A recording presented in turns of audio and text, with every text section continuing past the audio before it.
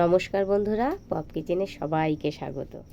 এই বছর শীতকালে একদমই পায়েস খাওয়া হয়নি, তাই ভাবলাম আজকে বিকেলবেলা আমি পায়েস করব।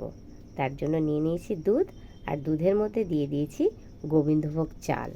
এই চাল কিন্তু আমি বন্ধুরা ধুইনি, হাত দিয়ে ভালো করে ডলে ডলে ডলে ডলে পরিষ্কার করে নিয়েছি। তারপরে সেই চালটাকে আমি দুধের ভেতরে দিয়ে দিয়েছি। আমি আজকে করব নলেন গুড় দিয়ে পায়েস। শীতকালে না বন্ধুরা, নলেন গুড়ের পায়েসটা খুব স্বাদ লাগে, তাই ভাবলাম নলেন গুড় দিয়েই পায়েস করা যাক। তাহলে দেখছেন পায়েস শুরু হয়ে গেছে রান্না, দুধ ফুটছে, তার মধ্যে চালও পড়ে গেছে।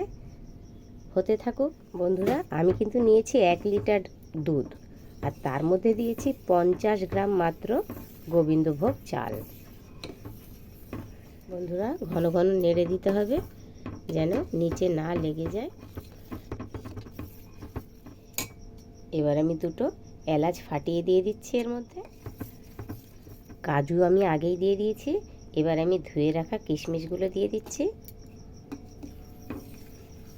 আমার কিন্তু চাল না ধুয়ে দেওয়ার একটাই কারণ, যেটা হলো সেন্টটা বেশি পাওয়া। গোবিন্দভোগ চালটা যদি ধুয়ে পায়েসে দেওয়া হয় তাহলে সেন্টটা অতটা ভালো থাকে না, কিন্তু যদি আপনারা হাতে ডলে তার ধুলো ময়লা পরিষ্কার করে নেন আর না ধুয়ে দুধের ভেতরে সেই চালটা দেন, তাহলে সেই চাল থেকে সেন্টটা আরও বেশি পাওয়া যায়। চালটা প্রায় সেদ্ধ হয়ে গেছে। চালটা যখনই গলে যাবে তখনই দিয়ে দেবো এর মধ্যে গুড়। বন্ধুরা, পায়েসের চাল যতক্ষণ না একদম গলে গলে যাবে ততক্ষণ কিন্তু মিষ্টি দেবেন না। সে চিনি দেন, গুড় দেন আর বাতাসা দেন, যাই দেন না কেন সেটা দেওয়া যাবে না, তাহলে কিন্তু আর চালটা ফুটবে না।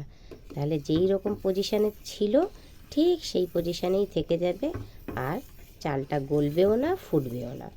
দেখুন একদম ঘন হয়ে গেছে, চাল সেদ্ধও হয়ে গেছে আর ফুটেও গেছে, পুরো ঘন হয়ে গেছে। এইবার আমি এর মধ্যে দিয়ে দেব গুড়। এবার আমি গুড় দিয়ে দিচ্ছি।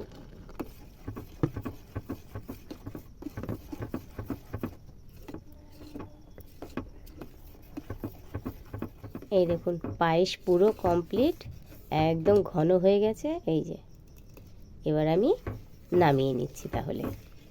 তাহলে বন্ধুরা, আমার এই পায়েস রান্না আপনাদের কেমন লাগলো? শীতকালে নলেন গুড় দিয়ে পায়েস রান্না, যা দারুণ সেন্ট বের হয়েছে বলবার কথা না।